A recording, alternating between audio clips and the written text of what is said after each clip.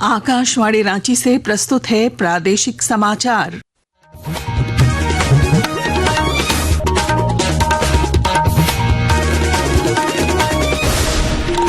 नमस्कार, प्रादेशिक समाचारों के साथ मैं पूनम करकेट्टा। पहले मुख्य समाचार।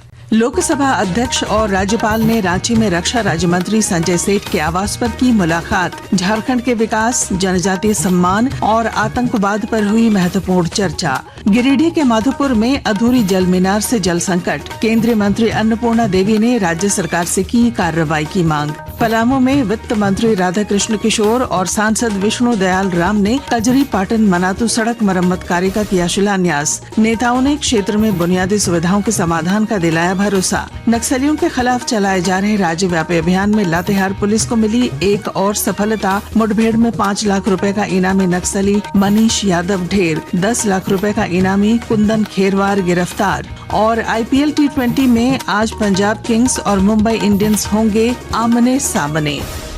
और अब समाचार विस्तार से। रांची में लोकसभा अध्यक्ष ओम बिड़ला और राज्यपाल संतोष कुमार गंगवार ने केंद्रीय रक्षा राज्य मंत्री संजय सेठ के आवास पर मुलाकात की, जहां उनका पारंपरिक तरीके से भव्य स्वागत किया गया। इस अवसर पर ओम बिड़ला ने कहा कि झारखंड का विकास देश के विकास का पूरक है और जनजातीय समुदाय को पूरे देश में सम्मान मिल रहा है। उन्होंने भगवान बिरसा मुंडा के योगदान को याद करते हुए कहा कि उनके जीवन से राष्ट्रभक्ति की प्रेरणा मिलती है। झारखंड के विकास के साथ देश का विकास हो रहा है। यहाँ के जनजातीय समुदाय को भगवान बिरसा मुंडा की धरती पर पूरे देश में सम्मान मिल रहा है और बिरसा मुंडा जी के जन्मदिन को हम बड़े उत्साह के साथ पूरे देश में मनाते हैं। भगवान बिरसा मुंडा जी के जीवन से संपूर्ण देश के आदिवासियों में देशभक्ति, राष्ट्रभक्ति की प्रेरणा मिलती है। केंद्रीय मंत्री संजय सेठ ने कहा कि आतंकवाद के खिलाफ प्रधानमंत्री नरेंद्र मोदी की जीरो टॉलरेंस नीति को वैश्विक समर्थन मिला है। उन्होंने ऑपरेशन सिंदूर का जिक्र करते हुए पाकिस्तान को आतंकवाद को बढ़ावा देने वाला देश बताया। ऑपरेशन सिंदूर के बाद पूरी दुनिया का समर्थन देश के साथ है और पाकिस्तान के साथ होकर और प्रश्रय देकर जो 26 निरीह पर्यटकों को मारा और उसके बाद जो ऑपरेशन सिंदूर चला, अब हम जीरो टॉलरेंस टेररिज्म के खिलाफ जो जीरो टॉलरेंस प्रधानमंत्री नरेंद्र मोदी जी का जो संकल्प है, पूरी दुनिया भारत के उस जीरो टॉलरेंस के साथ खड़ी है। गिरिडीह जिले के देवरी प्रखंड के आदर्श गांव माधोपुर में जल जीवन मिशन के तहत 3 साल से अधूरी पड़ी जल मीनार के कारण लोग पेयजल संकट से जूझ रहे हैं। टंकी को केवल ढांचा बनाकर छोड़ दिया गया है और ग्रामीणों ने योजना में भ्रष्टाचार का आरोप लगाया है। केंद्रीय मंत्री अन्नपूर्णा देवी ने जल संकट पर चिंता जताते हुए राज्य सरकार से त्वरित व्यवस्था की मांग की है। आज जो गरीबों को, आम लोगों को, नीचे स्तर में गांव में रहने वाले जो आज भी कुआं से पानी पीते हैं, उन तक पानी पहुंचाना था। ये सरकार नाकाम रही और ये राज्य सरकार के भ्रष्टाचार के वजह से आज ये महत्वाकांक्षी स्कीम धरातल पर नहीं पहुंच पाया। पलामू के पाटन बाजार में वित्त मंत्री राधाकृष्ण किशोर और सांसद विष्णु दयाल राम ने कजरी पाटन मनातू मुख्य पथ के मरम्मत कार्य का शिलान्यास किया। इस अवसर पर दोनों नेताओं ने क्षेत्र के सर्वांगीण विकास और बुनियादी समस्याओं के समाधान का आश्वासन दिया।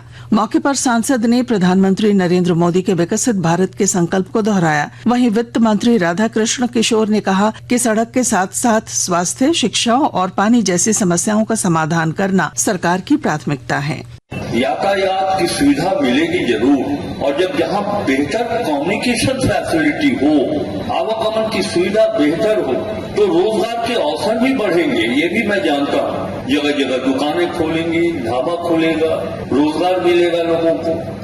नक्सलियों के खिलाफ चलाए जा रहे राज्यव्यापी अभियान में लातेहार पुलिस को एक और सफलता मिली है। पुलिस और नक्सलियों के बीच हुई मुठभेड़ में 5 लाख रुपए का इनामी नक्सली मनीष यादव मारा गया है। यह मुठभेड़ कल देर रात से आज सुबह तक महुआनाड़ थाना क्षेत्र के करम खाड़ और दौना के बीच चली। इस दौरान 10 लाख रुपए के इनामी नक्सली कुंदन खेरवार को गिरफ्तार कर लिया गया है और मौके से 2 X95 ऑटोमेटिक राइफल बरामद हुई हैं। पुलिस DIG YS रमेश ने मुठभेड़ और नक्सली की मौत की पुष्टि की है। आकाशवाणी के ताजा तरीन समाचारों के लिए आप हमारी वेबसाइट news.air.gov.in पर लॉग ऑन कर सकते हैं। ताजा समाचार X handle @AIR news alerts और Facebook page All India Radio news पर भी उपलब्ध है। आप प्रादेशिक समाचार एकांश के एक्स हैंडल @AIR news_रांची और Facebook page Akashvani news Ranchi, Instagram page तथा YouTube channel AIR news Ranchi पर भी हमारे बुलेटिन सुन सकते हैं। प्रादेशिक समाचार आप आकाशवाणी रांची से सुन रहे हैं। आतंकवाद के खिलाफ ऑपरेशन सिंदूर की जबरदस्त सफलता के उत्साह के बीच समग्र राष्ट्र भारतीय जवानों के शौर्य और साहस को नमन कर रहा है। सशस्त्र बलों के प्रति सम्मान और कृतज्ञता के रूप में आकाशवाणी समाचार विशेष श्रृंखला प्रसारित कर रहा है। आज हम 1965 के भारत पाकिस्तान युद्ध में सर्वोच्च बलिदान देने वाले परमवीर चक्र विजेता कंपनी क्वार्टर मास्टर हवलदार अब्दुल हमीद का स्मरण कर रहे हैं। 1933 में उत्तर प्रदेश के गाजीपुर में जन्मे कंपनी क्वार्टर मास्टर हवलदार अब्दुल हमीद दिसंबर 1954 में 4 ग्रेनेडियर्स में भर्ती हुए थे। 1965 के भारत पाक युद्ध के दौरान 4 ग्रेनेडियर्स ने खेमकरन भिखीविंड मार्ग पर चिमा गांव के पास एक महत्वपूर्ण स्थान पर कब्जा किया। 8 सितंबर की रात पाकिस्तानी सेना ने ग्रेनेडियर्स के ठिकानों पर कई हमले किए, लेकिन इन हमलों में दुश्मन को खदेड़ दिया गया। 10 सितंबर की सुबह भीषण गोलाबारी के साथ साथ पाकिस्तानी पैटर्न टैंकों की एक रेजिमेंट ने बड़ा हमला किया। उसी सुबह 9 बजे तक दुश्मन के टैंक अग्रिम ठिकानों पर पहुंच गए थे। इस महत्वपूर्ण क्षण में एक रिकॉइललेस गन की कमान संभाल रहे कंपनी क्वार्टर मास्टर हवलदार अब्दुल हमीद ने तेजी से कार्रवाई की। वह भारी गोलाबारी के बीच अपनी बंदूक को जीप पर चढ़ाकर एक तरफ गए और बड़ी ही सटीकता के साथ उन्होंने दुश्मन के मुख्य टैंक को नष्ट कर दिया और टैंक को नष्ट करने के लिए उन्होंने अपना स्थान बदला। मशीन गन और शेल फायर के निशाने पर होने के बावजूद उन्होंने दुश्मन से लगातार मुठभेड़ जारी रखी। इस गोलाबारी के बीच एक अन्य टैंक को नष्ट करने का प्रयास करते समय एक उच्च विस्फोटक शेल से वे घातक रूप से घायल हो गए। कंपनी क्वार्टर मास्टर हवलदार अब्दुल हमीद की निडरता और दृढ़ साहस ने उनके साथियों को प्रेरित किया और दुश्मन को आगे बढ़ने से रोकने में महत्वपूर्ण भूमिका निभाई। उनकी इस बहादुरी और बलिदान के लिए उन्हें मरणोपरांत परमवीर चक्र से सम्मानित किया गया। सकलैन अख्तर, आकाशवाणी समाचार, दिल्ली। घरेलू शेयर बाजार में आज तेजी देखने को मिले। भारत के विश्व अर्थव्यवस्थाओं की सूची में एक कदम और आगे बढ़ने से निवेशकों के रुख में मजबूती आई है। सेंसेक्स 640.3 अंक बढ़कर 82,361 पर कारोबार कर रहा था और निफ्टी 187.39 अंक बढ़कर 25,040 पर कारोबार कर रहा था। सराफा बाजार में आज रांची में 22 कैरेट सोने का भाव 89,500 रुपए प्रति 10 ग्राम है, जबकि चांदी की कीमत 1,04,000 रुपए प्रति किलो है। पलामू जिले में नाइट ब्लड सैंपल सर्वे 25 मई से शुरू किया गया है और जानकारी के साथ हमारे संवाददाता।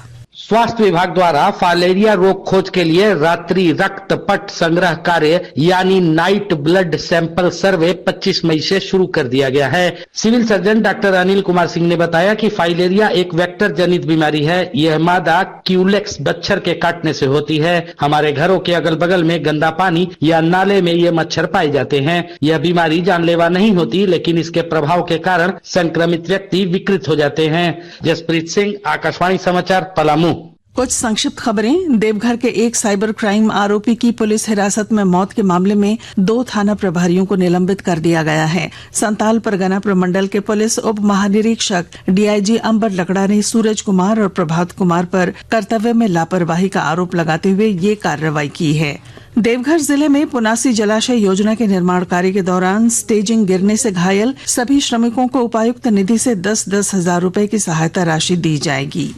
और क्रिकेट, आईपीएल T20 में आज पंजाब किंग्स और मुंबई इंडियंस आमने सामने होंगे। यह मैच जयपुर में आज शाम 7:30 बजे से खेला जाएगा। और अब अंत में मुख्य समाचार।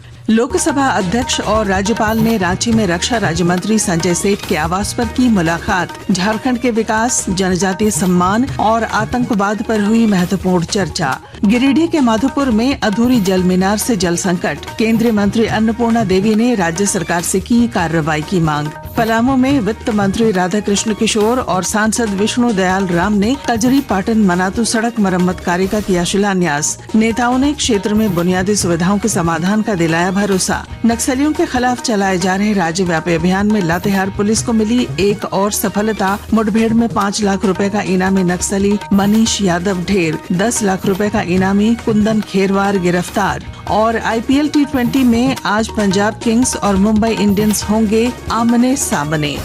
और इसके साथ ही आकाशवाणी रांची से प्रादेशिक समाचार का ये बुलेटिन समाप्त हुआ। अगला प्रादेशिक समाचार बुलेटिन दोपहर 2:55 पर प्रसारित किया जाएगा। नमस्कार।